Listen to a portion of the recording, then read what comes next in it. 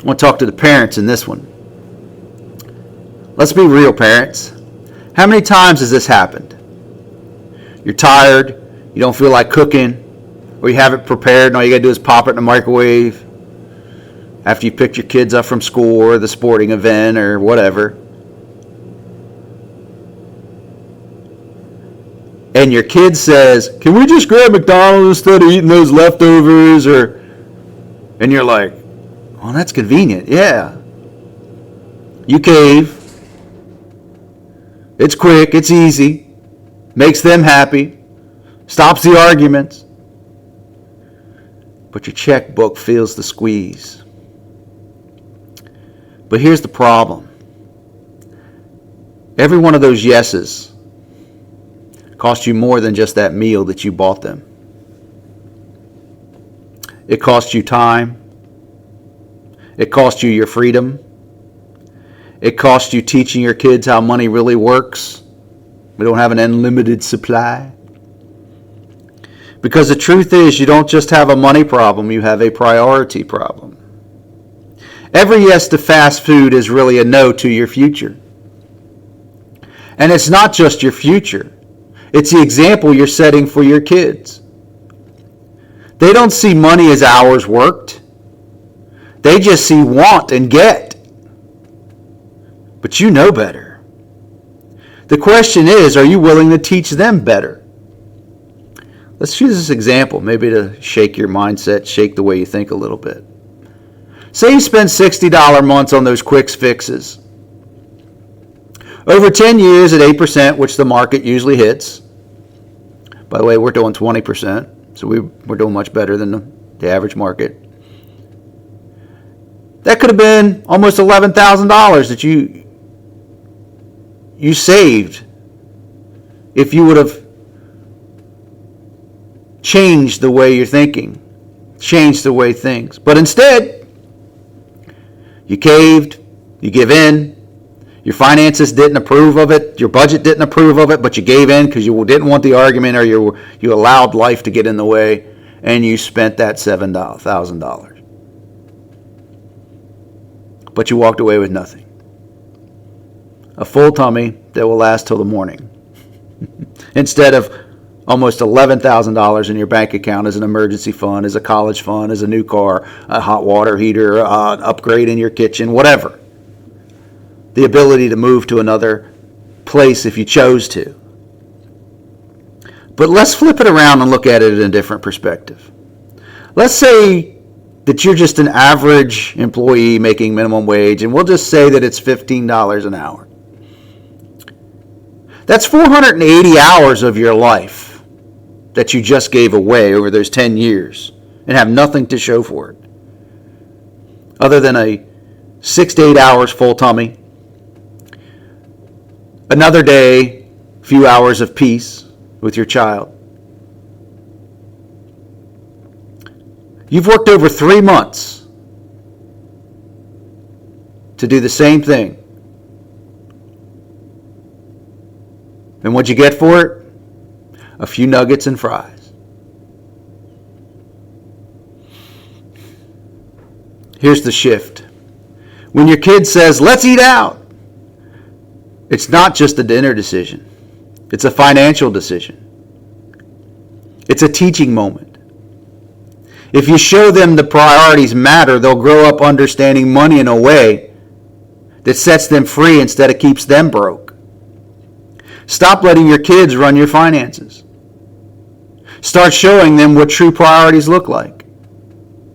Budget that money.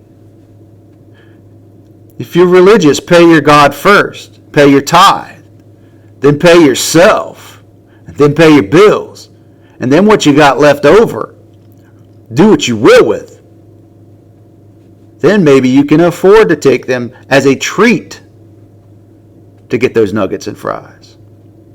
You'll be able to sign them up for the extracurricular activities that you can't afford, but it keeps them out of your hair for a while. You'll be able to afford to take them to a nice dinner once in a while instead of every night because you're tired and it's not as complicated. and you're just trying to appease them to get them to be quiet so they leave you alone. And the financial future that you're leaving them, when they get in front of their kids, they're going to react and do the exact same thing the way you did. So stop letting your kid run your finances.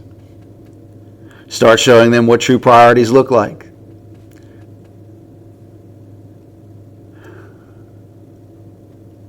We do it, don't we? We let our friends and our neighbors and our kids and our parents and everybody else tell us how our finances should look. And sometimes we cave. And then we suffer. Because now we have nothing to live on when we're nearing the end of this journey on earth. And we got to rely on the government or friends or someone else to take care of us. Instead, if we momentarily sacrificed a meal here and there to invest a minimum of $15 a month, we would have something to live off of for ourselves and our family and be able to leave them something. But we choose instant gratification.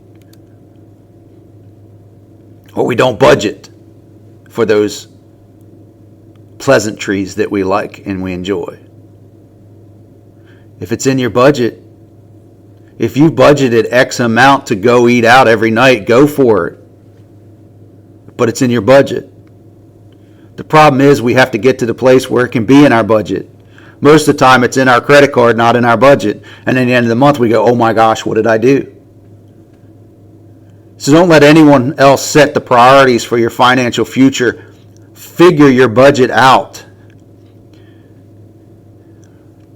Religious people do their tithe, then their bills, then their savings. Then what's left, do as you will with it. But give away 10%. Save 10%. Figure out what you spend on your bills and expenses each month. And then that percentage that's left, make that your entertainment section. And if you got $50, you got $50 throughout the month or paycheck cycle to do. And that's it. But we like that card. It's nice, feels good to make them happy. It's nice, it feels good to not have the argument that it's just easier to cave. But in 6 months when we look down the road and go, where'd all my money go? How come I have nothing?